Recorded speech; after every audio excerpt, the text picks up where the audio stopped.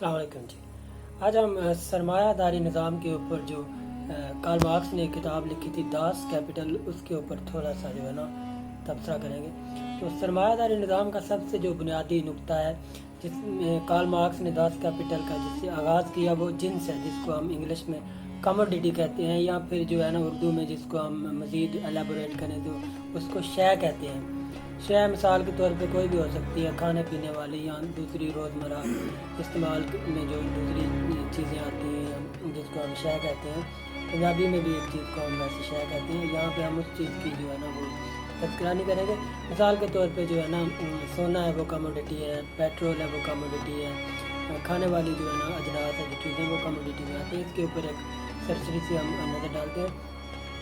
Commodity جو بظاہر ہے وہ تو بہت عام سی شے جو ہے نا وہ دکھائی دیتی ہے، جسے بڑی آسانی سے سمجھا جا سکتا ہے، لیکن جو ہی جنس کے اس مکمل کردار پر غور کرتے ہیں جو سرمایہ دارانہ نظام یا جو اس کے طریقہ کار یا اس کے پیداوار میں ادا کرتی ہے، تو بقول مارکس کو بہت سی پیچیدہ یعنی کہ مابعد الطبیعیاتی اور الحیاتی اوصاف کی عمل نظر آتی ہے۔ کموڈیٹی کی ایک تو استعمالی کا ذرا مثال کے طور پہ آپ کو بھوک لگی، آپ نے جو ہے نا کوئی شے اٹھا کے کھا لی، جو ہے نا آپ کو کہیں پہ جانا ہے، آپ نے ٹریول کر لیا، آپ نے گاڑی میں ٹریول کیا، اس طرح کی ایک تو اس کی یہ جو ہے نا افادیت ہے۔ تو اس کا مقصد کیا ہوتا ہے؟ انسان کسی نہ کسی جو ہے نا چیز کے ذریعے اپنی جو ہے نا وہ حاجت پوری کرتا ہے، استعمالی قدر اس کو کہتے ہیں۔ کموڈیٹی کا کردار بہت سادہ اور عام فہم ہے، لیکن جو ہی کموڈیٹی دوسری اجناس کے ساتھ مبادلے میں آتی ہے تو ساتھ ہی اس کا پراسرار قسم کا کردار ہو جاتا ہے۔ پہلے جو ہے نا دنیا میں بارٹر سسٹم تھا، جو ہے نا ایک چیز کو لے کے اس کے بدلے میں دوسری چیز جو ہے نا ایکسچینج کی جاتی تھی، لیکن اب ایسا نہیں ہے۔ اسی جو ہے نا نقطہ نظر اور اس کی پراسراریت کے اوپر کارل مارکس نے تنقید کی ہے، تو اس کے اوپر ہی ہم تھوڑی سی نظر ڈالیں گے۔ وہ کہتے ہیں جو استعمالی قدر ہے اس کی حساسیت کا ادراک کیسے کیا جا سکتا ہے، مگر مبادلاتی قدر ماورائے حواس کے خصوصیات کی عمل ہوتی ہے۔ یہاں ماورائے حواس کا مفہوم کو ذہن میں رکھنا ضروری ہے۔ یہاں پہ سوال پیدا ہوتا ہے کہ جنس اپنی پیداوار اور بعد ازاں مبادلے میں آ کر پوری سرار و صاف کہاں سے حاصل کر لیتی ہے۔ یہی جو ہے نا سرمایہ داروں کا جو چکر ہے، یہی جو ان کا جو ہے وہ گول ہے۔ اسی طریقے سے جو ہے نا کارل مارکس نے بتایا کہ وہ کیسے جو ہے نا وہ مزدور طبقے کو اور غریب طبقے کو ایکسپلائٹ کرتے ہیں، ان کا اتصال کرتے ہیں۔ تو اس کا جواب یہ ہے کہ یہ اوصاف جنس کی شکل میں ہی موجود ہوتے ہیں، کہیں باہر سے نہیں آتے۔ مادیت کا تقاضا بھی یہی ہے کہ اشیاء کی ماہیت سے تصورات کی تشکیل کے عمل کو دکھایا جائے۔ یہی وہ نقطہ ہے جس کی اہمیت پر زور دے رہا ہوں۔ دوسرا اہم سوال یہ ہے کہ مارکس کے الفاظ میں جنس کی اس پراسرار کردار کی جو فہم ہے وہ کیا ہے۔ اس سوال کا جواب تلاش کر لیں تو بورژوا سماج اس کو کہتے ہیں جہاں پہ جو ہے نا اس بات کا رائٹ مان لیا جائے کہ جو ہے نا جو اسکل لیبر ہے، جو مینٹل لیبر ہے، ان کی جو ہے نا وہ زیادہ ہوگی ویجز، اور جو مینول لیبر ہے ان کی ویجز کم ہوتی ہے، اس کو بورژوا سماج کہتے ہیں۔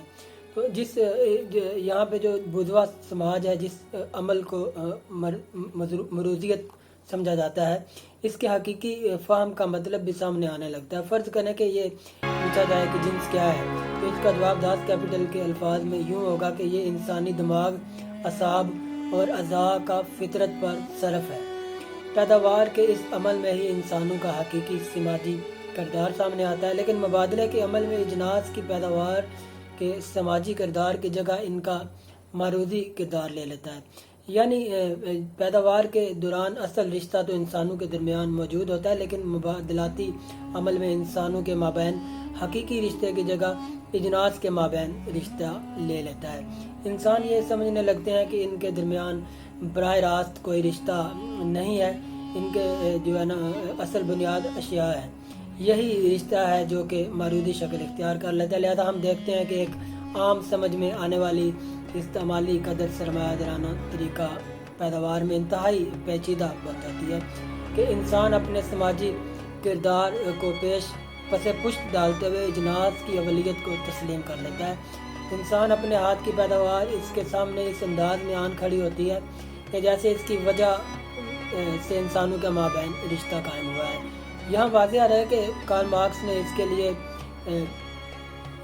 فیٹیشزم کی اصطلاح استعمال کی ہے۔ یہاں سے مارکس یہ انالوجی قائم کرتا ہے کہ جس طرح مذہب میں انسانی ذہن کی پیداوار خود مختار ہستیوں کی شکل اختیار کر لیتی ہے، اسی طرح انسانی ہاتھ کی پیداوار یعنی اجناس یعنی شے جن کا انسانوں کے ساتھ بھی رشتہ ہوتا ہے، ایک دوسرے کے ساتھ بھی وہ خود مختار وجود حاصل کر لیتی ہیں۔ قابل وہ اجناس کا انسانوں سے تعلق اشراقی اعتبار میں آتا ہے۔ اجناس کا ایک دوسرے کے ساتھ کیا تعلق ہے؟ یہ ماورائے حواس ہے، جس کی تفہیم اس سارے پروسیس کو سمجھ کر ہی ممکن ہوتی ہے، جس کی یہاں تفصیل پیش کرنے کی میں نے کوشش کی ہے۔